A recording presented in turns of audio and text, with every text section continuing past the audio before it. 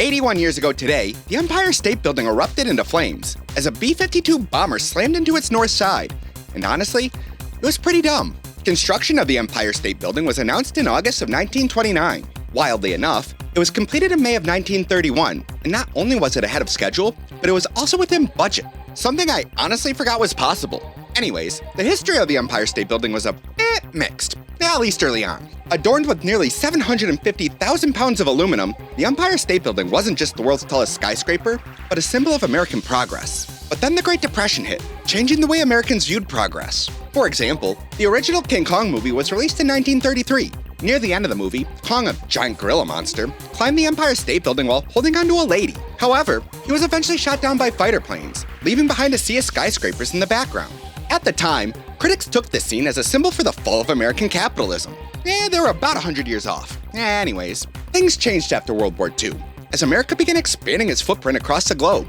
So it is a bit ironic that, at the same time the US was pushing its military presence across the globe, one of its own bombers crashed into the largest symbol of American empire.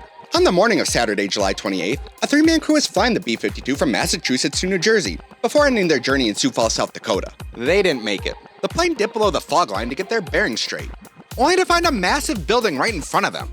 The crew did try to pull up, but B-52s weren't exactly nimble. They turned that B-52 into a kamikaze, not only taking out several floors of the Empire State Building, but exiting the other side and smashing into a nearby penthouse. Most believe that the crew died on impact, as the plane as well as the floors it smashed into were engulfed in flames. Thankfully, since it was a weekend, most of the building was empty. Even so, for the people that were there who, interestingly enough, were mostly women, had a horrifying experience. Like a scene straight out of Final Destination, a girl covered in flames screamed that she was gonna jump out of the 76th floor.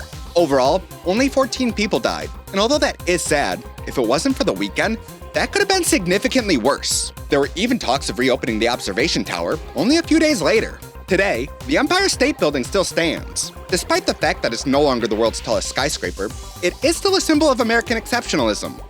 And that's your history today.